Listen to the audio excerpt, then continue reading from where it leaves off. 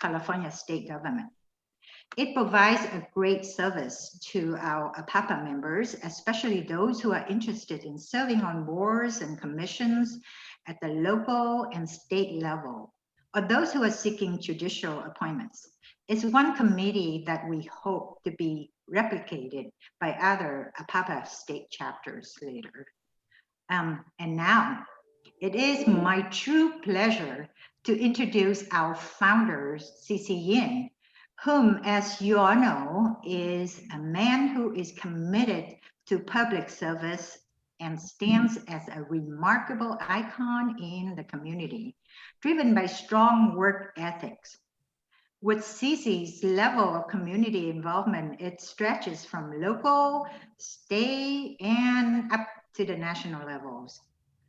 So for over 30 years, he's been actively involved in a number of organizations and institutions in the community, such as the Rotary Club, Police Activities League, NAACP, Boys and Girls Club, Chinese Railroad Workers Historical Memorial Monument, Safe Angel Island, Hispanic and Asian Chambers, Vacaville Chamber, Chinese American Association of Solano County, and local schools, as well as other educational programs.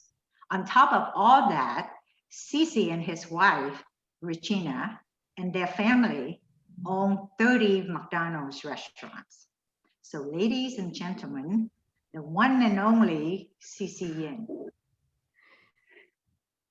Yeah, thank you, Yan. You're so long. You'll just say it's an old man with a lot of passion, a lot of friends that who share the same passion and idea of serving the public. That's why APAPA was found for that reason. First, I want to thank our secretaries, Cathryn and the Deputy Secretary Store. We met last November. As you remember, it's almost a year now at the state capitol with about 15 of our statewide leaders or national leaders coming together to pay respect and visit to your office. And thank you again, the team, Ken, Yan, and Mei Li put together this program. A year ago that at your office, Cathryn, that now I see a picture here that today, you know, I see you lost a lot of weight. I think you were overworked too hard, I believe. I don't mean you were heavy before. You were not. You were just perfect. You know, I remember the picture here. You were just perfect. Now I see you lost a lot of weight. I know that. Talking to governor recently, of course, knowing the pandemics and the budget and the crisis, create stuff, elections, all that stuff, is over now. I hope you have, I heard that, many of you, including the one you appointed, that the young lady, Amy Town told me. She said, I work 7 days at home. Remember, she said she sleeps 2 hours a day. I said, wow. And I know you guys are going to cut and pay 10, 20%. As huge amount of public service sacrifices. That's why I want to thank you, though, finding time right after this crazy things happening, still after 1 year, to help the Asian Americans. As we talked many times in the past, four governors before Governor Newsom, who continue to help the diversity folks, as you know. To rise up in service to public, in service of state and national too. And California, of course, is the leader, as you know, in our nation, everywhere, every part of it. and we want to continue to be a big part of your office that provide two things to you. One is that it's service that, like Mei Li said, that is provide resources and channel of candidates that you're looking for to serve your office and the state office. The secondly is to as an organization to use this organization, this network of all the Asians locally, with 19 chapters. Yan mentioned about that in California, up and downstate, Central Valley, all that, as a tool for you to spread out your messages, and in that educate the public about importance of serving the public, plus the qualifications that you're looking for. So again, I want to thank you very much, especially after hours, that you're still working, and we got to find more money for the state to support your team. So thank you again. Appreciate it. We like to see you in person. Of course, this is great. We used to have the secretary when they travel around the state, up and down the Central Valleys, Southern California, San Diego, all that. Then you have 1 hour. You had 1 hour in the Bay Area everywhere when you travel. That's what it was set up in the past. Of course, that this is beautiful. Even that so we first want to have good rest. Make sure if you're hungry, stop by nearby McDonald's. We'll take care of you. We'll take care of all the frontline workers. You are the top of frontline workers. Okay. Thank you very much. Thank you. Yan, you're on mute. Okay, sorry about that. Okay, thank you, Cece. Now it's time to hear from the chair of this great APAPA Government Relations Committee. It's none other than the young man, Patrick Lay, who has been a volunteer leader at APAPA for several years now. For his day job, Patrick works as a senior consultant for the Assembly Committee on Business and Professions.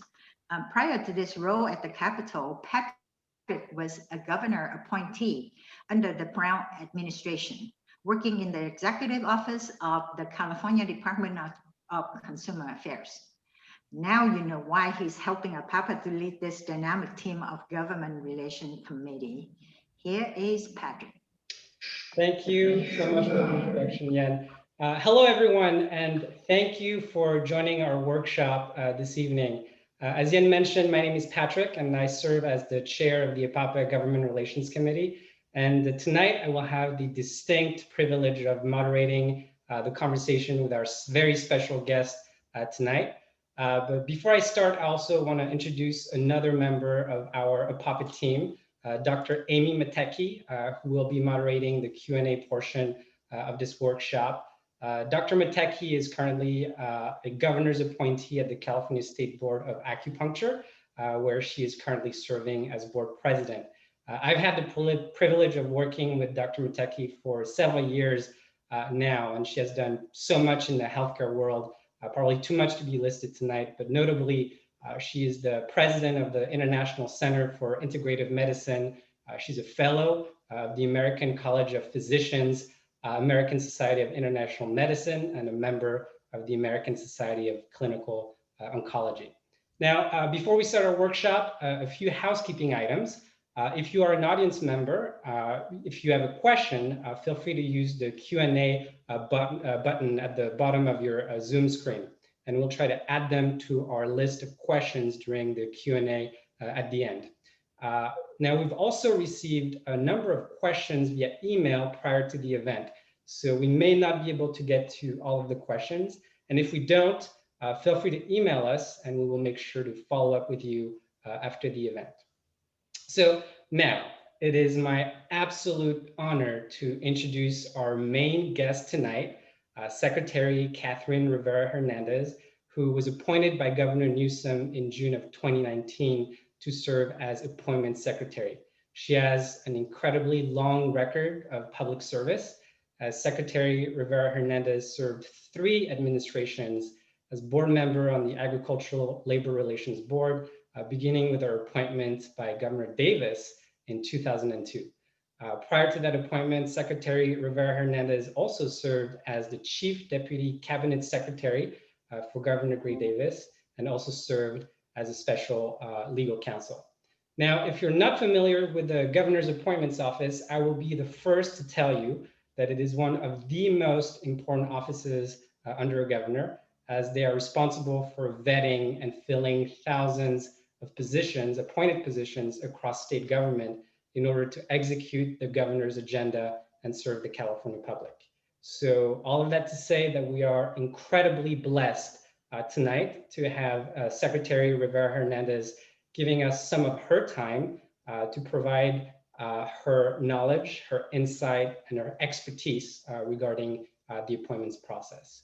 So before we start, Madam Secretary, I want to give you the floor if you'd like to provide any opening remarks and share anything you'd like about yourself, your office, or the work that you do with Governor Gavin Newsom.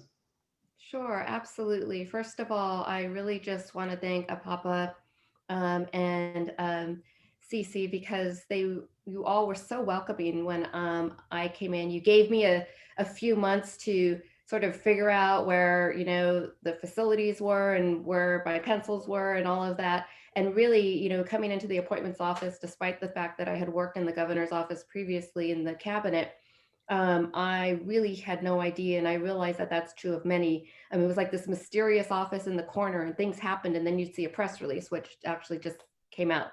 So that's timely. I was getting anxious. But, you know, you really don't know appointments until you're actually, you know, in the middle of it. And I just really appreciated the warm welcome that that I received. So thank you for that. I will also note two things. One is I am very fortunate to have a McDonald's within walking distance of our house. My kids are big fans. Two is, and this is absolutely true, my mother drives every morning. She lives in Arizona, but when she's here, she does the same thing every morning because the only soda that she will drink has to be the one from McDonald's because she thinks I don't know if it's the ice or if it's the mixture of it or what it is, but I can't even buy Diet Coke and put it in my fridge when she visits because I have to go, which I do because I love my mother. I drive to the McDonald's and I get her the Diet Coke because that's the Diet Coke that she wants. So just a little personal story in that respect. You know, honestly, a year and a half ago, I had no idea what this job was, you know, going to look like. You know, with COVID, wildfires, energy crisis, as soon as COVID hit, the governor immediately signed an executive order, essentially extending all of the appointments deadlines. And he moved me over into emergency response with cabinet, which is what I did 20 years ago during the years of 9/11. And it was interesting because many of the same people were there that had been there before. And to your point about Amy, for the first time, I had the opportunity to actually work with the people that we had appointed, the people to see them in action. The governor too, because he was housed at the SOC, the State Operations Center. Also, we talked about how really this opportunity has really allowed us to see how important it is to have the right people in critical positions. And that is the reason why during that process, Amy Tong was reappointed as well as others.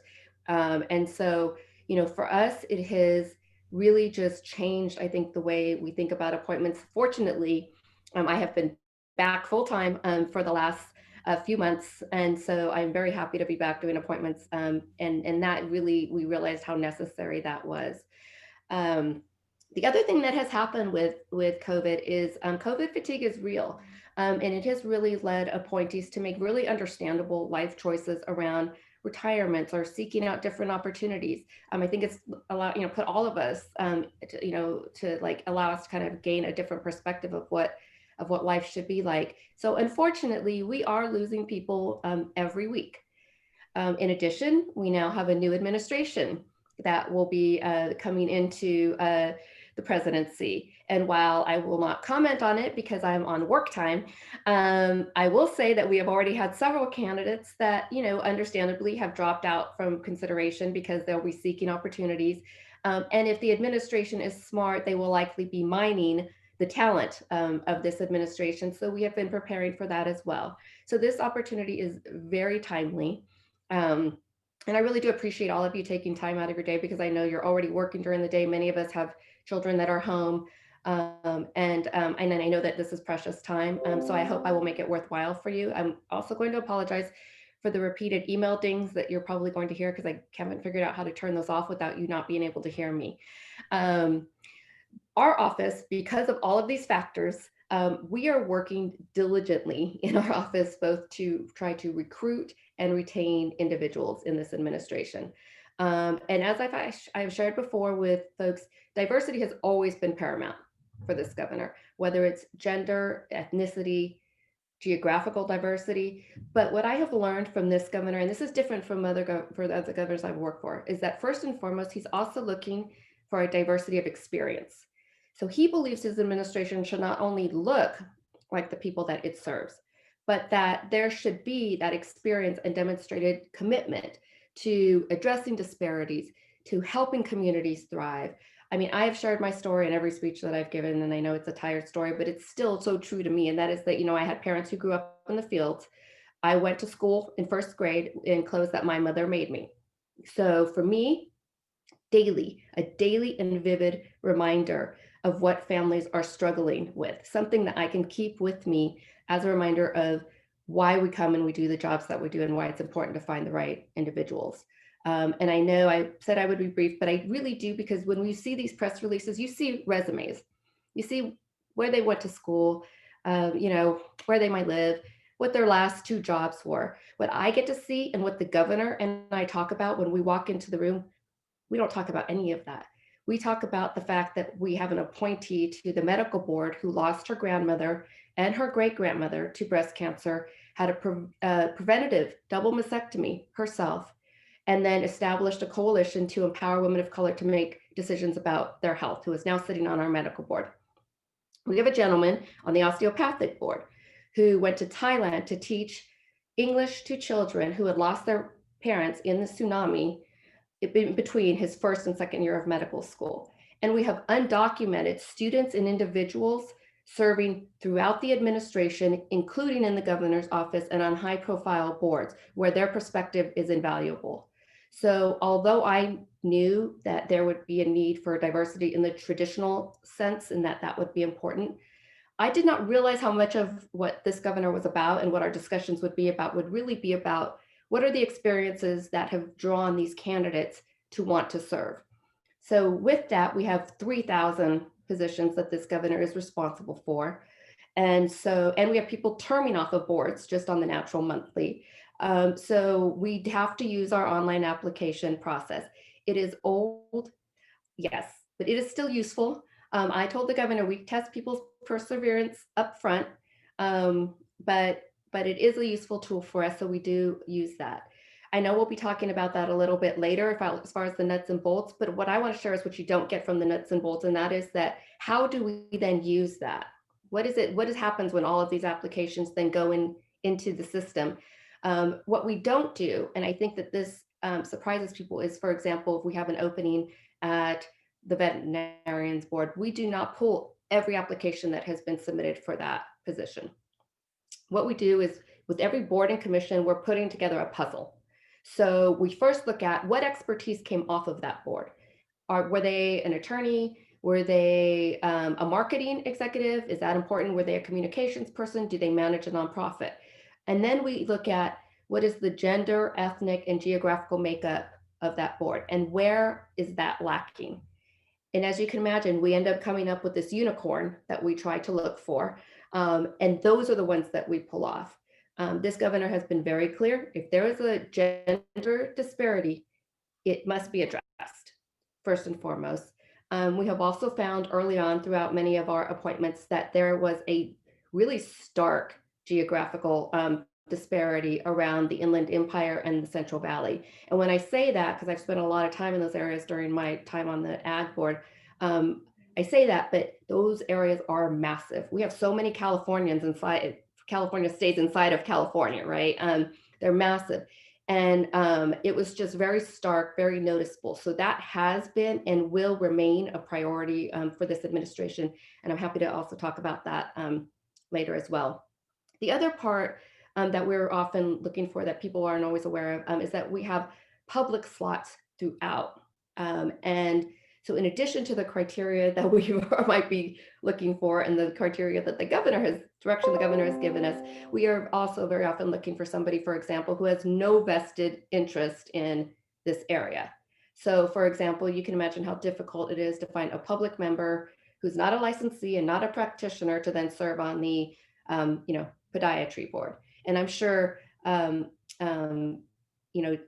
Matecki knows this from, the acupuncture board. They all have public slots on there, and you bring some random person in there who doesn't know anything about any of these areas. And they are really supposed to be the people of California. That's the way that it's looked at. It's accountability slot. And they're incredibly important, but they're incredibly difficult to recruit for. So I will just close with two things. One is, in order to address what I feel like is just the lack of knowledge, for example, of what we're looking for at any given time. And then people wonder, well, why wasn't I picked? I put this in there, I had that. And it's because we're not always having these discussions about the unicorn and the criteria for the unicorn, what color it needs to be, what height it needs to be, how, does it have a horn, tail, whole thing. Like, there's a lot that goes into it, but we are open to having those discussions. But in order to try to be a little bit more transparent, to inform the general public and stakeholders about what we're looking for, we're going to be doing two things. One is that we are going to be creating a list of priority spots. Many of them are going to be paid positions within the administration, where we have a lot of needs. It's communications, it's legislation, it's general counsels. And we will be posting those on our website, and we will be updating them monthly. We already have the boards and commissions that is up there. And again, that's a long list as well. But we have so many other needs. So, and also if we have a board or commission where we think it might be difficult, or we know, for example, that person has to have these three things, we will also be including those so that people will be able to see at any given time, what are they looking for? And what is the job description, and what is the salary? So we're hoping to be able to do that. The second is that we're going to be working with with our digital team in the GO to create a presence on the governor's digital platforms as well. And that will be also to just push out, if we are at any given time looking for a certain something that we can't find, is finding a way to sort of push that message out so that people who are already on there can see it. They may know somebody, or it may be them themselves, and then can go to the website and apply. I'm hoping that these efforts will provide greater clarity. It definitely is going to help us. And I'm really hoping help interested applicants find us, as well as people that might refer people. So with that, I look forward to our discussion and any questions that I can answer. And thank you so much for providing such great insight into the process. And I think you've also set the stage so well, which is, we're still reeling from the global coronavirus pandemic. We've also, wrapped a presidential election, which is, expected to really reshape California's relationship with our federal government. And, despite all of that, it's really great to hear your office continuing incredibly important work to make sure California government continues to function and serve the public. You kind of touch upon that, but as we approach 2021, are you able to share, if there are any priorities, any positions, or which boards and commissions is Governor Newsom looking to fill or prioritize looking ahead? You mentioned lists, but I think one of the main challenges when I talk to people who are interested in appointments is that there are so many positions available, so many different boards and commissions. And I think a lot of times for first-time users on the website, for example, it can be a little overwhelming to try to determine which position they should apply for, given that there's so many of them. So do you have any insight about which boards may your office look at first? Sure. So if you have an interest in one of our licensing boards, for example, and there is something for everyone, by the way, on our licensing boards.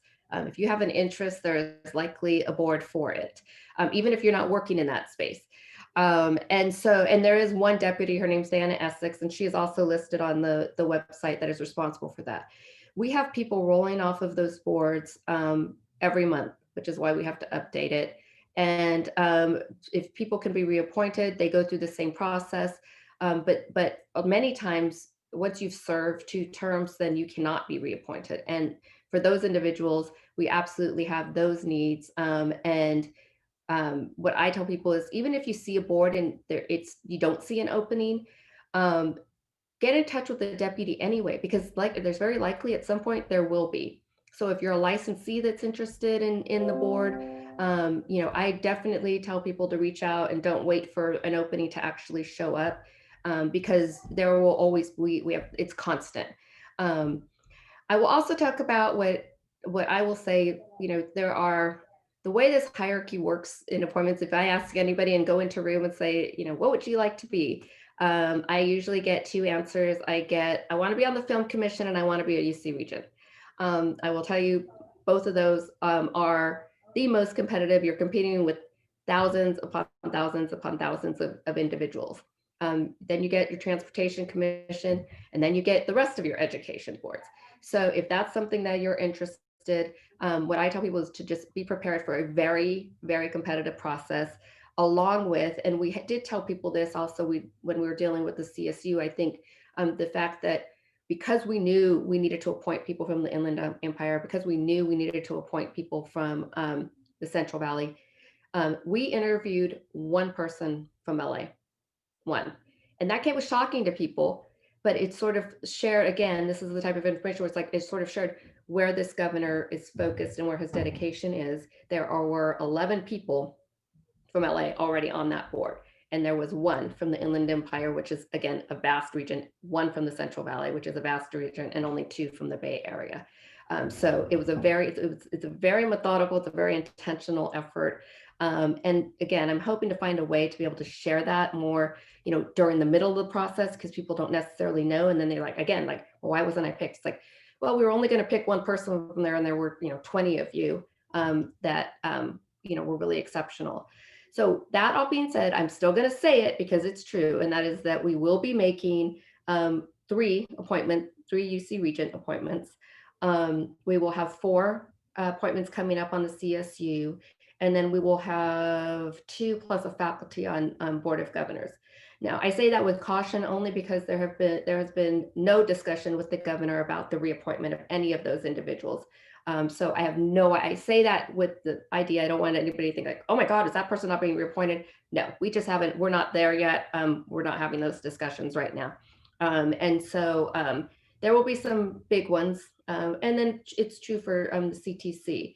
But for those where really you have those ones, and then you have, 250 other ones on boards and commissions that we have, there's constantly openings there. So if you're interested in serving, again, reach out. Sorry, a very long answer, but I want to make sure I'm trying to get people to apply. So.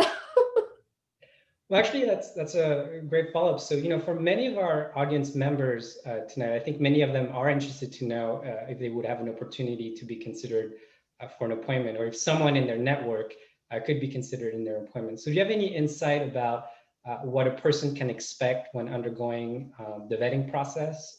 What happens when the application is filled out? Do they have to expect interviews, and with who, and how can they best prepare? Yeah, absolutely. So if you haven't seen the application before, it is really detailed. It asks some really sensitive questions. I have been on the other side of that 5 times. I have filled it out. And so I bring a really different perspective to this. I really want people to be assured about the confidentiality of those documents.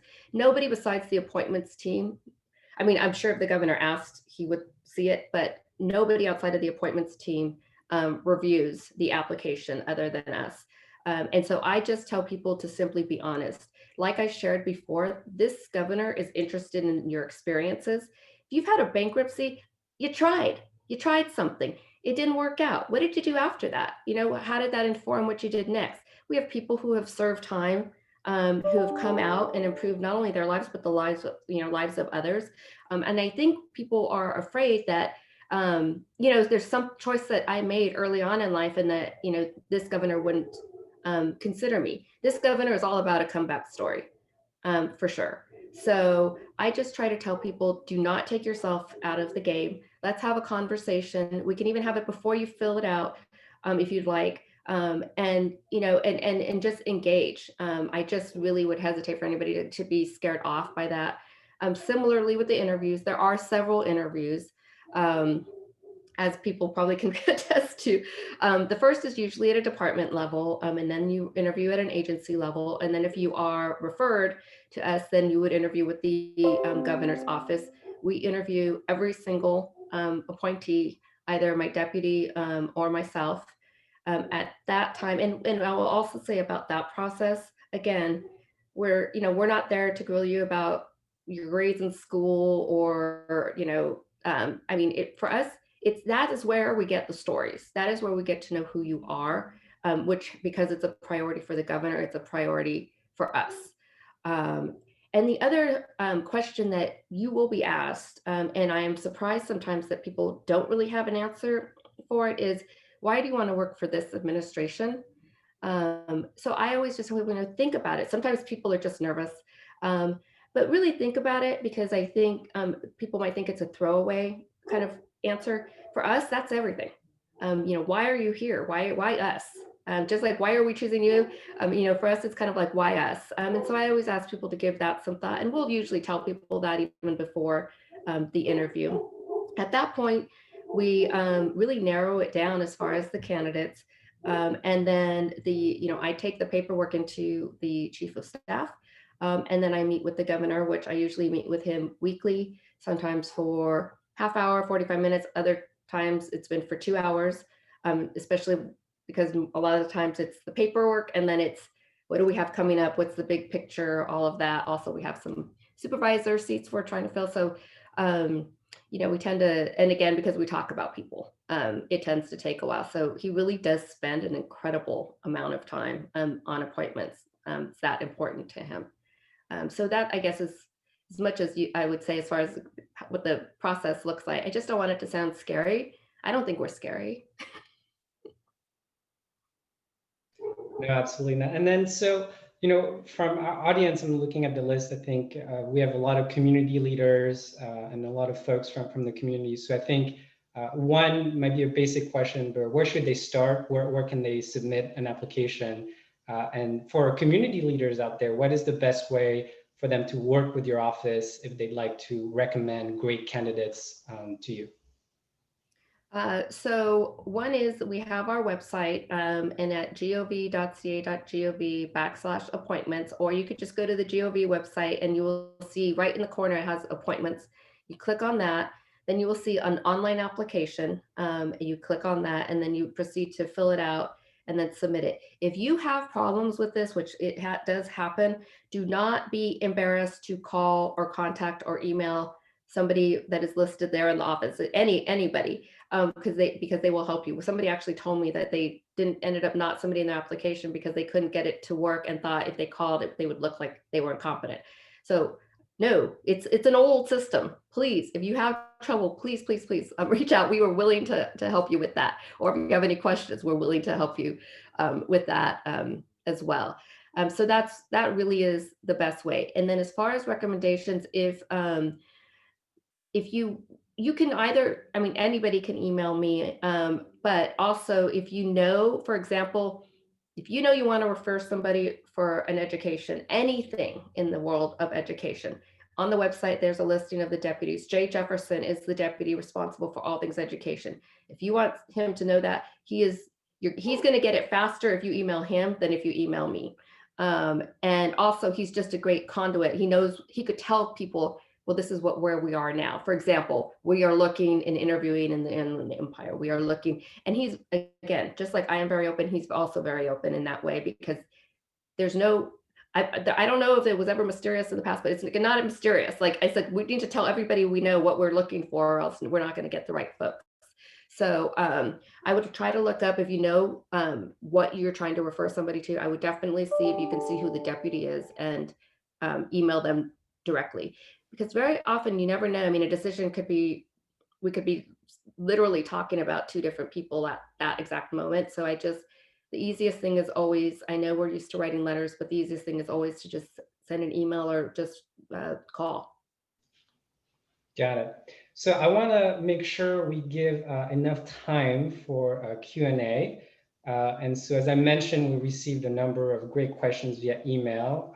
And so we're going to try to get through those. And again, if you're a member of the audience and would like to submit a question, feel free to use the Q&A interface at the bottom of the Zoom. So at this point, I'm going to hand it off to Dr. Matecki, who's going to handle the Q&A for this part. Thank you, Patrick. And thank you, Madam Rivera Hernandez. And thank you, Yin, the CC, and everyone for joining us. I'm sitting here listening. I was thinking, I wish I had this opportunity or education before I started my interview, my application process. I just think this is a wealth of the knowledge here, well prepared for if anyone is interested to serving the public. For the last 4 years, I have to say, thank you, Patrick, for your wonderful introduction. But I must say this job, I call it a job because I treat it as very serious, has taught me so much. And I could not even, say it, no matter how much education you study, but this is really learning on the job. And it's a quite, how do I say, it's a very honorable, but also you do have, huge responsibility. You serve the public as a 39 million populations. So I really excited, and I want every APAPA members want more members to join APAPA, and also we want to help our members. This is just the beginning. This is like the second session I believe we have, and we are so fortunate to have Madam Rivera Hernandez here to help us. But we will continue to do this kind of education for everyone. So I wanted to just see some of the question from the audience. I just want to mention a few common questions here.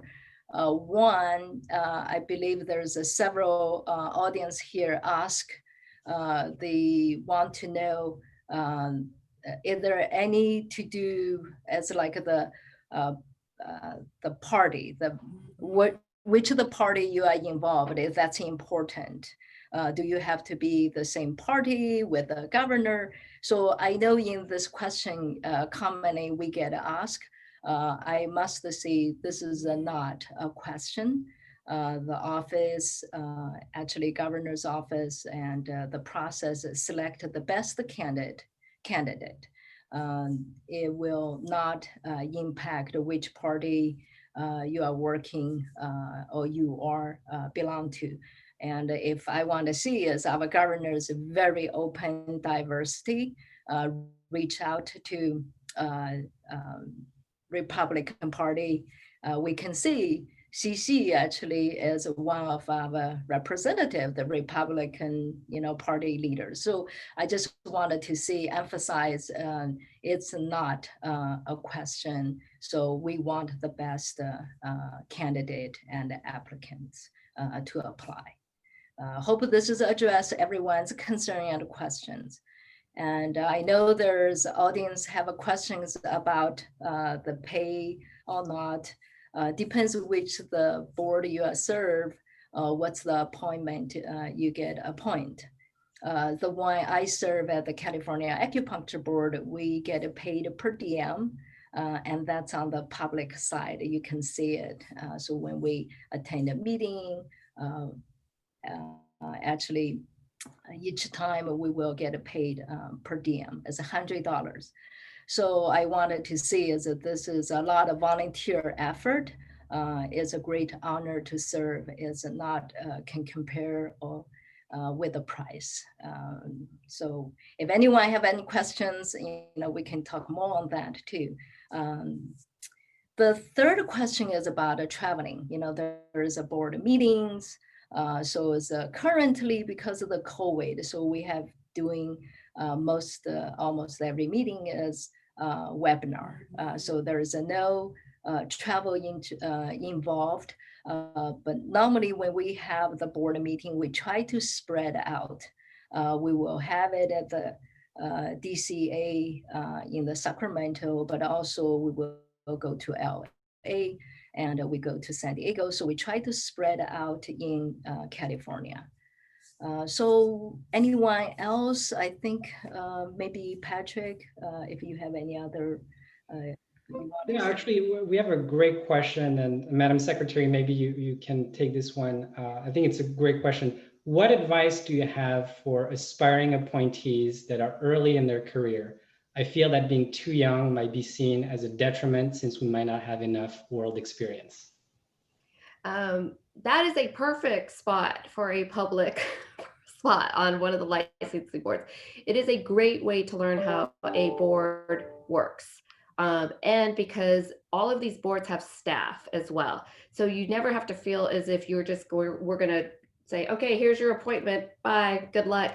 There are executive directors and there are staff who are really there to support and serve. The other thing that happens is that the terms are what we call staggered. So at any given time, you'll have maybe a younger person or a less experienced person coming on, but you have enough experienced people who have been serving to kind of back that up. And that's how it's supposed to work. The other thing that I will say, because the governor specifically had this discussion with me about on one of our appointments, I said, we can keep the one person that knows this probably the best, has been doing this work for 20 years, or we could bring in this person who meets more of your criteria, who's been doing it for 5 years, who will probably have a learning curve, but we'll get there.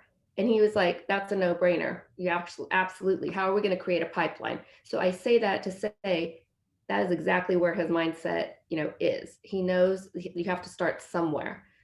So, I always recommend that for younger people who just want to know what the experience is like.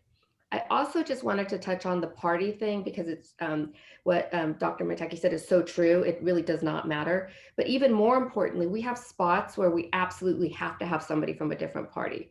For example, I'm going to put this plug in here. We are looking for a CPA. This is crazy. CPA with auditing experience, who's diverse, who is not a member of the Democratic Party, and who does not live in Sacramento. 5 criteria. So everybody I speak to, I'm telling people this, it is a full-time paid position on the Gambling Commission.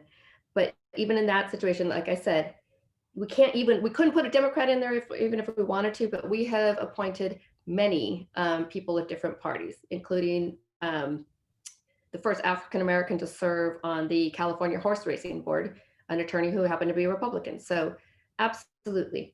As long as you care about what that mission is of that board, that's what we want. So yes, please apply. So we have a few more technical questions. One of them is approximately how long does the appointment process take from start to finish? So this is one of those questions where I told the governor that I am brutally honest because I've been in this business of politics and all of this for 20 years. Your guess is as good as mine. We try. It is not a well-oiled machine sometimes. And priorities, 1 minute, we're all focused over here, and then the next minute COVID hits. And then we're back over here, and then we have wildfires, and we need a quorum somewhere. So we try to shoot for some sort of normality and every single appointment is different. I, again, have gone through it 5 times. Every single time, the time that it took was different. So let me give you this example. I did the Agricultural Labor Relations Board. I found the first person.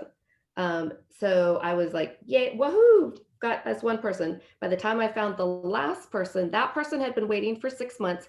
This person had been waiting for 1 month. So we announced them all together, right? So it really is just dependent upon the circumstances. In 1 minute, and I'm going to be honest, 1 minute we'll be like, hurry, hurry, hurry, fill it out. All right, let's schedule interviews. And then we'll say, you know what, we have to go take care of this. We'll get back to you. It'll probably be 2 months. The one thing I always say to them is it's going to be disappointing sometimes when you're talking to appointees, but we have to respect that they have lives, that they have plans, all of that. And always, always, always be upfront. We will not ever hide the ball. We will let you know the truth, even if the truth is, we're shooting for a month from now, but it could end up being 3.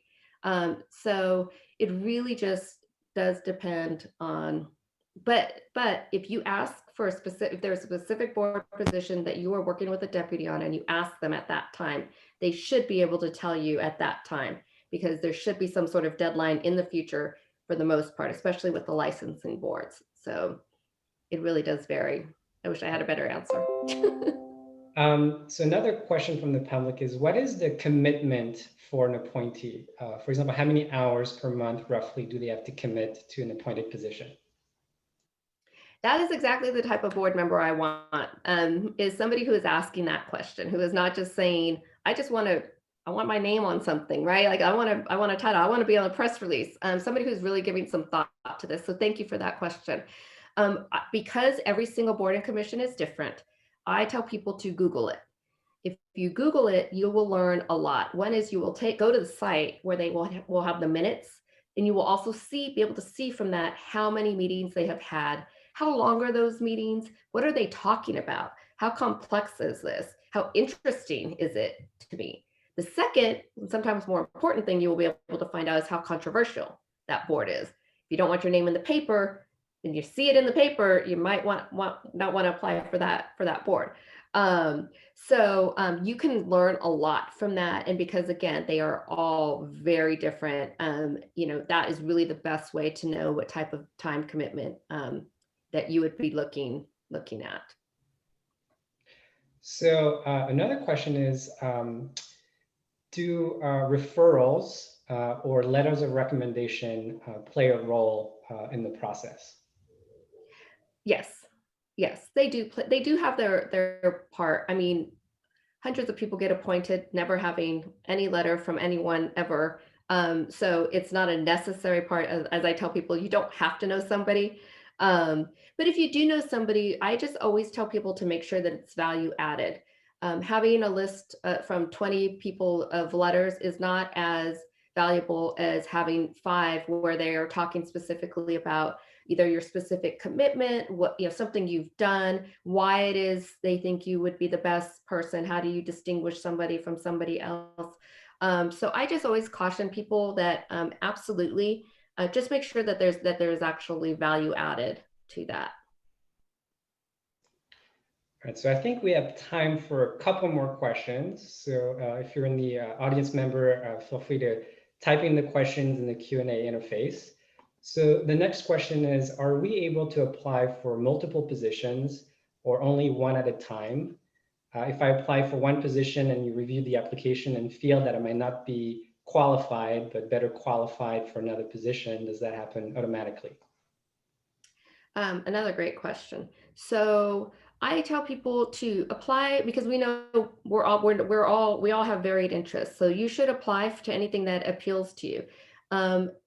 The only caution I say is don't apply to so many things that we don't know what appeals to you anymore. If somebody puts down 30 boards, we really aren't sure what's driving their interest. But if you put down, geology, and then you put down an education board, of which there are many, not just the ones that I mentioned. There are a lot of ways to break into the education board arena. And then you put housing, to me, or even a labor board. I mean, to me, any of those could be something that I would be interested in all of those. So as long as you can, again, when we have the discussion, explain why you chose that one, I'd say absolutely put it down. To the second part of the question, yes, we absolutely will and often do, especially if we do a search of people for certain criteria and what comes up as somebody and they did not put that board down. We will very much still call that person and say, hey, have you ever thought of this? And in fact, I will say that happens a lot more than you might think. And especially aside from the boards. So yes, I would say, yes, we would actually consider you. The other thing people should know is if you say no, that's okay. That doesn't mean we don't call you again. It doesn't mean doesn't take you out of the running for anything else. Again, this is a collaborative process. We want people who want to do those jobs. And so, we get told no every day, multiple times a day. And I broke that to the governor when I showed him, I was looking for a department director and I showed him the list of 40 people that I had asked who said no. So that's okay too. But very often we cold call people all of the time who are perfectly happy and successful in the jobs that they are in. And aren't thinking of coming to work for the administration. And that's probably going to happen more often. And ask them to think about it. And the answer is no, it's okay. But sometimes we get lucky and the answer is yes. I did not apply for this job. I was perfectly happy in the job that I was doing when I got the call. So every once in a while, we're able to persuade somebody. So, you know, we often will do that as well for the paid positions. Sounds good. Well, thank you so much for these. So I think that's all the time we have for Q&A. Again, if we didn't get to your question and you're a member of the audience, feel free to email APAPA or get in touch with one of us, and we'll follow up with you. Madam Secretary, I want to give you a few minutes if you want to close and maybe share the top 2 tips that you'd like to give to our audience tonight. One is think about it. You know, if you hadn't thought about it before, and if you were thinking about it, second thing is apply, please. And also do not hesitate to reach out to us. Just, you know, please remember, this is our job.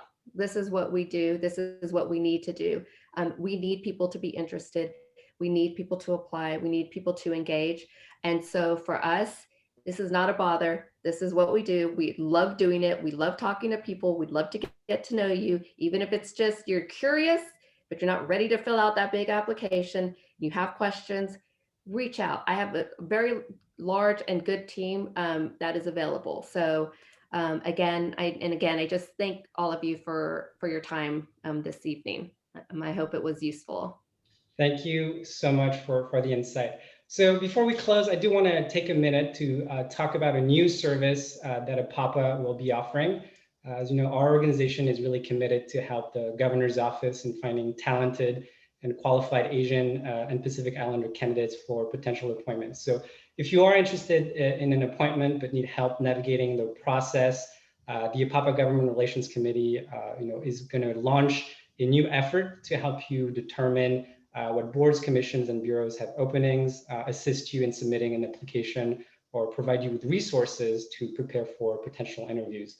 And if you are a qualified APAPA member, we can also assist you with letters of recommendation. So if you want more information on that effort, feel free to visit our new dedicated page at www.apapa.org/GRC. Again, that's apapa.org/GRC.